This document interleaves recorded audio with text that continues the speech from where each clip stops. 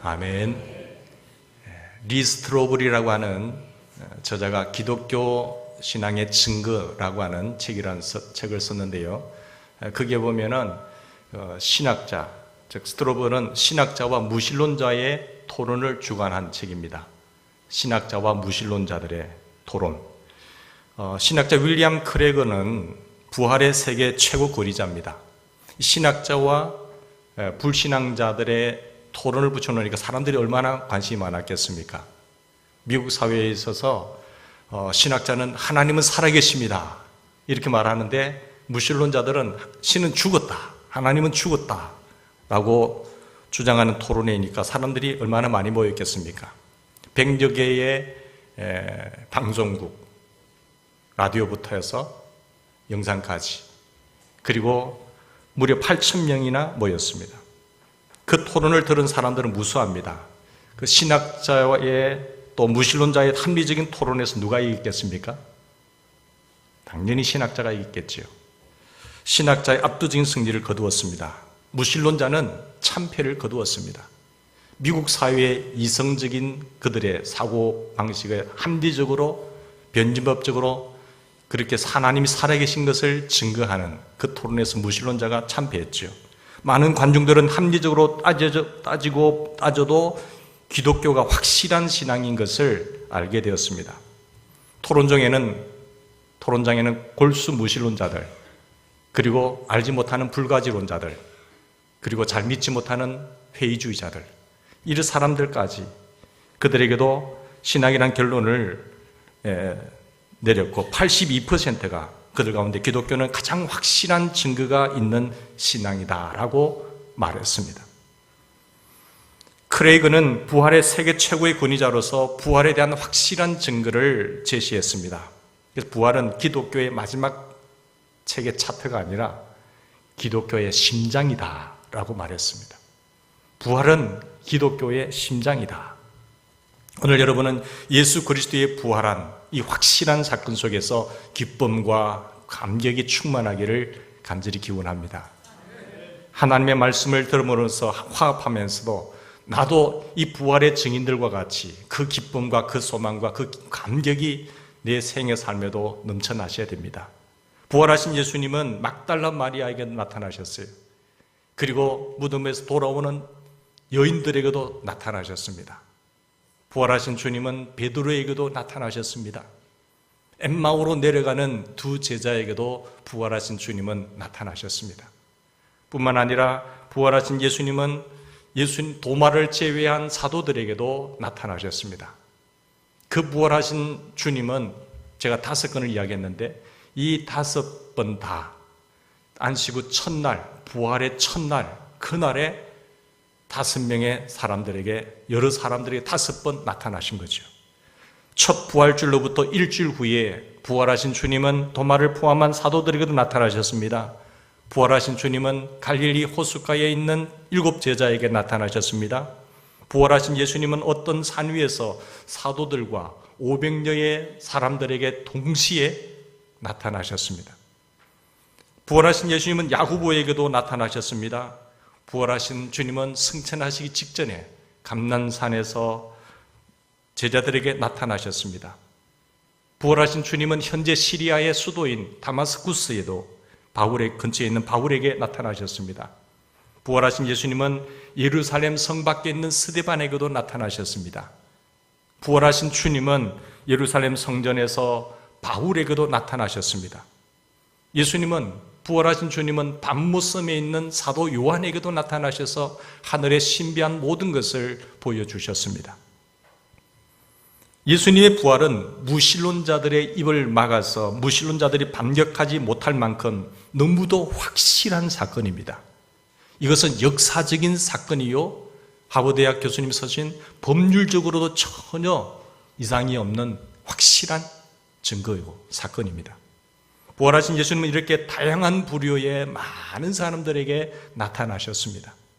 남자에게도 나타나셨고 여자에게도 나타나셨고 산에서도 나타나시고 바닷가에서도 나타나시고 밤모섬이라는 섬에도 나타나셨고 한 사람에게도 나타나셨고 여러 사람 동시에게도 나타나셨고 그리고 500여 명에게 동시에도 나타나셨습니다.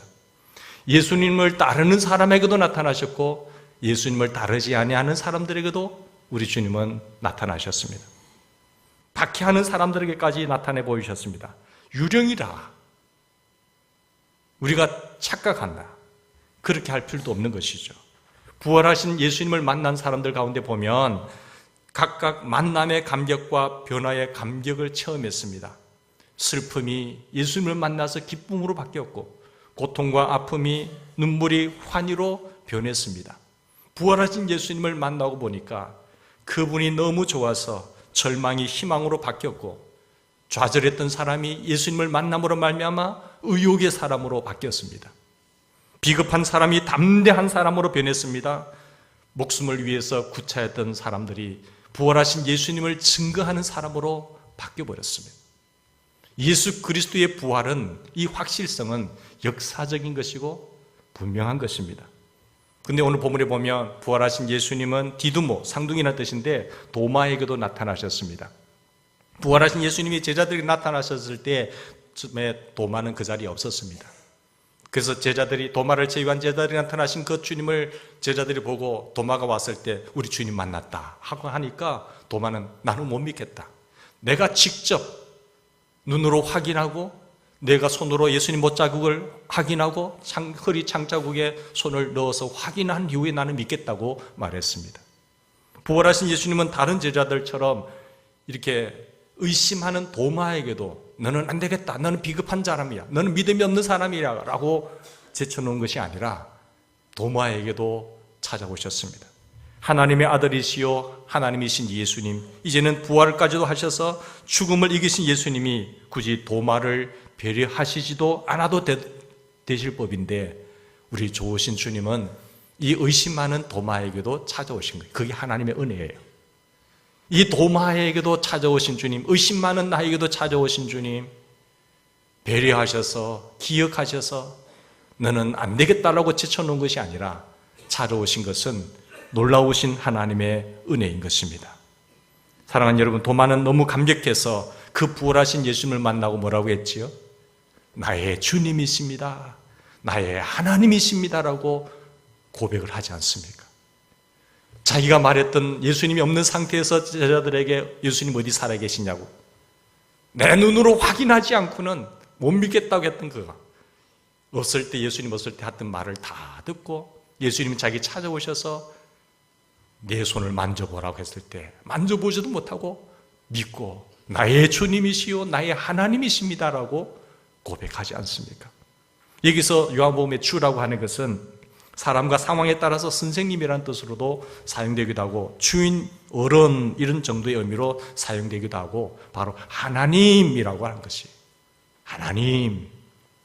근데 여기 보면 도마는 부활하신 예수님을 나의 주님이라고 고백한 것뿐만 아니라 나의 하나님이라고 했습니다. 사람들은 말하죠. 김정욱 교수나 이런 분들도 보면 뭐라고 알아요? 하나님 씨는 죽었다, 하나님 안 계신다. 어떻게 그가 예수가 하나님이냐라고 말합니다. 여러분, 개의 새끼는 뭐예요? 개예요. 사람의 자식은 뭐예요? 사람이죠. 그런데 하나님의 아들은요? 하나님이지요. 예수님이 하나님이란 거죠. 근데 그걸 못 믿겠다는 것이요.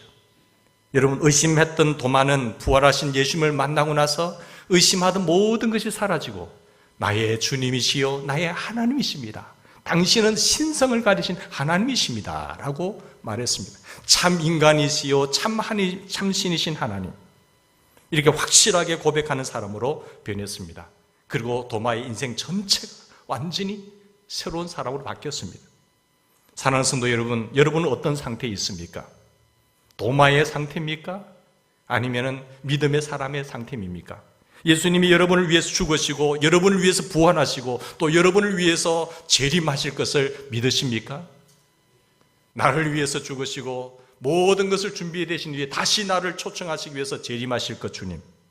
그런데 죽으심과 부활과 재림도 믿는데 내게 능력이 없어요. 내가 불안해요. 의심이 생겨요. 때로는 우울해요. 우울하면서 때로는 슬픔에 빠집니다. 감격도 없습니다.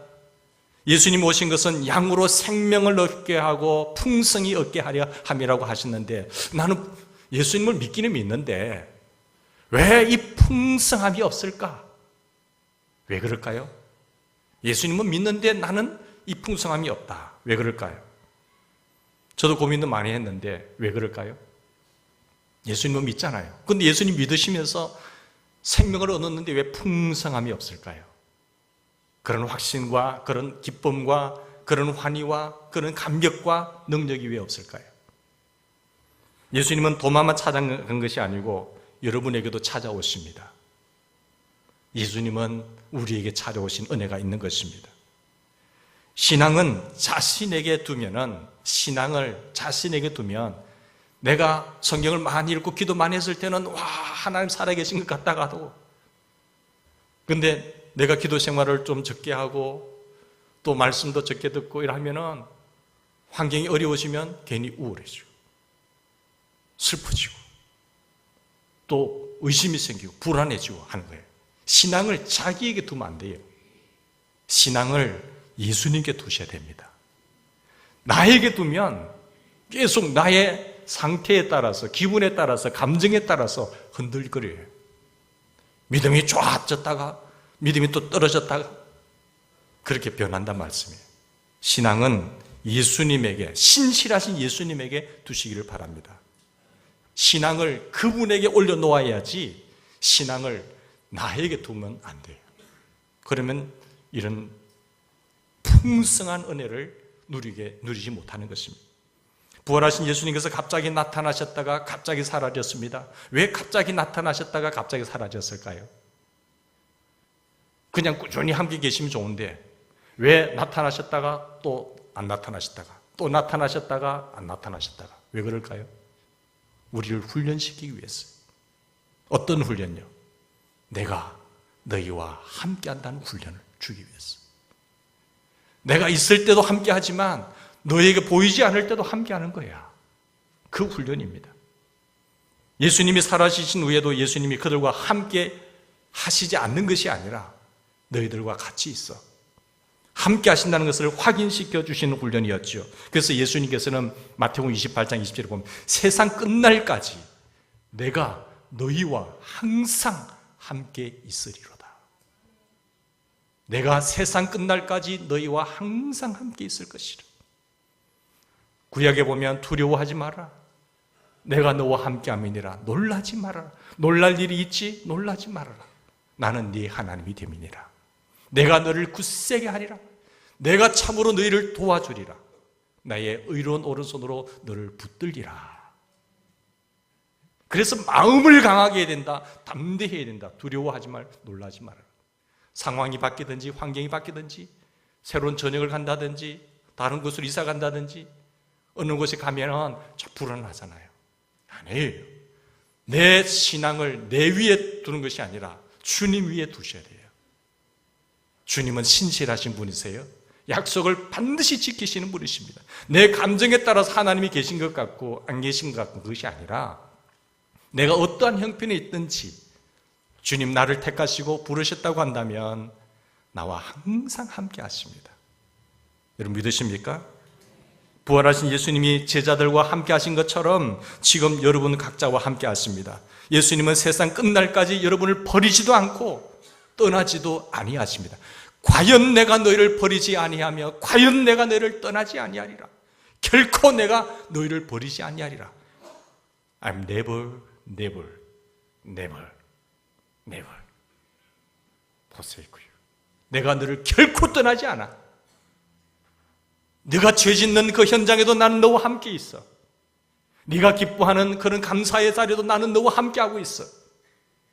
네가 새로운 전역지로 이사를 간다고 하더라도 새로운 직장에 간다고 할지라도 군대에 간다고 할지라도 나는 그곳에 너와 함께 있어. 그러므로 두려워하지 마. 그리고 너를 버리지 않을 거야. 불신자들이 우리보다 악하지요? 하나님 왜 저들을 그냥 내버려 두시나요? 근데 하나님의 택한 백성들은 절대로 내버려 두지 않습니다. 이스라엘이 작은 나라였지만 왜 하나님은 이스라엘을 때로는 때리기도 하고 광야로도 몰기도 하고 그렇게 하셨지요? 내 자식이니까. 그게 사랑의 은혜예요. 이스라엘 백성들이 우상 섬길 때 하나님께서 그때그때 매를 들잖아요. 근데 이웃 나라들, 이방 나라들은 더 많이 우상을 숭배하고 있는데 하나님 그 내버려 두었거든요. 내버려 두는 것이 진정한 진노입니다. 우상을 섬기던 이방 나라들을 내버려 두신 거예요. 근데 하나님의 백성들은 내버려 두지 않습니다. 그렇게 하면 안 돼. 때로는 사생자가 아니라 내 자식이기 때문에 때로는 매를 뜨시는 거예요. 그게 하나님의 은혜입니다. 여러분, 우리 주님은 어디에서 무엇을 하든지 우리와 함께 하신 것을 믿으시기 바랍니다. 부활하신 예수님이 도마만 찾아간 것이 아니라 여러분에게 찾아오신다는 것은 오늘 본문 29절 말씀 보여줍니다. 너는 나를 본고로 믿느냐? 보지 못하고 믿는 자들은 복되도다. 여러분은 도마처럼 부활하신 예수님을 보고 믿는 것이 아니라 보지 못하고 믿는 우리가 되기를 바랍니다. 그 사람이 복된 사람이로다. 우리는 보지 못하고 믿잖아요. 우리가 복된 사람이에요. 여러분이 부활하신 예수님을 보지 못하고 믿는다고 하여서 덮어놓고 믿는 것이 아닙니다. 덮어놓고 믿으시면 안 돼요. 덮어놓고 믿으신 거야. 펴놓고 믿으시면 말씀대로 믿으셔야 돼요.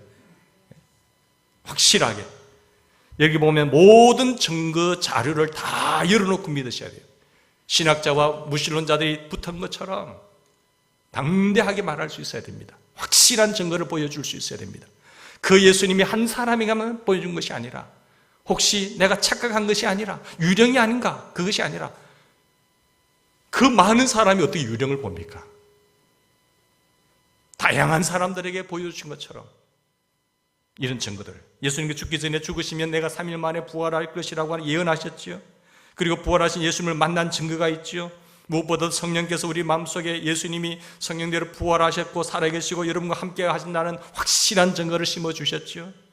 여러분은 부활하신 예수님을 보지 못했지만 믿는 복된 사람들입니다. 우리는 정말로 복된 사람들이에요. 보지 못하고 믿으니까. 믿음의 근거는 감각적인 체험이 아닙니다. 뭔가 내가 몸에 느껴야 되고 이것이 아니에요. 절대로 감정에 두면 넘어집니다. 사실에 두셔야 돼요. 하나님의 말씀에 근거를 하셔야 신앙이 흔들림이 없습니다. 감정은 기관차라고 하는 이 사실이 객차가 없더라도 가잖아요. 말씀은 갑니다. 그런데 감정은 기관차를 끌 수가 없습니다. 우리의 신앙을 감각에 두지 않기를 바랍니다. 믿음의 근거는 하나님의 말씀입니다. 우리는 사건을 보고 믿는 것이 아니라 말씀을 듣고 믿습니다. 보이는 대로 사는 것이 아니라 믿는 대로 사는 것입니다. 믿음은 바라는 것들의 실상입니다. 보지 못하는 것들의 증거입니다. 그래서 믿음이 없이는 하나님을 기쁘시게 하지 못하나니 하나님께 나아가는 자는 반드시 그가 계신 것과 또한 자기를 찾는 자들에게 뭐 하시는 심을? 상 주시는 심을 믿어야 할지니라. 예수님께서 여러분은 예수님 부활을 보지 못했지만 하나님의 말씀에 근거해서 믿을 뿐만 아니라 증언하셔야 돼요. 그래서 우리는 참으로 복된 사람들입니다. 사랑하는 성도 여러분, 부활하신 예수님이 바로 지금 이곳에 여기에 여러분과 함께 하십니다. 이곳에 임재하시고 같이 하십니다. 내가 차를 운전하면 내 옆좌석에 같이 계세요. 여러분이 가정에 가면 예수님이 그곳에 함께 하세요. 여러분이 직장에 가시면 예수님이 그곳에 계세요. 저는 새벽마다 올 때 주님 잘 계셨습니까? 문안 인사를 드립니다. 항상 함께 계세요. 그 약속하신 말씀, 항상 내가 너희와 세상 끝날까지 함께 있으리라. 그리고 내가 너를 사랑한다. 아들아, 내가 너를 사랑해. 사랑하는 딸아, 내가 너를 사랑해. 두려워하지 마. 내가 너를 택했고 내가 너를 버리고 싫어하여 버림받지 아니하였다. 내가 너와 함께 할 테니까 너는 가라는 거예요. 이 은혜를 부활하신 주님이 나와 함께 하신다는 것을 절대 잊지 않고 승리하는 우리 모두가 되시기를 간절히 바랍니다. 같이 기도하십시다. 오늘 주신 말씀을 기억하면서 나에게 이런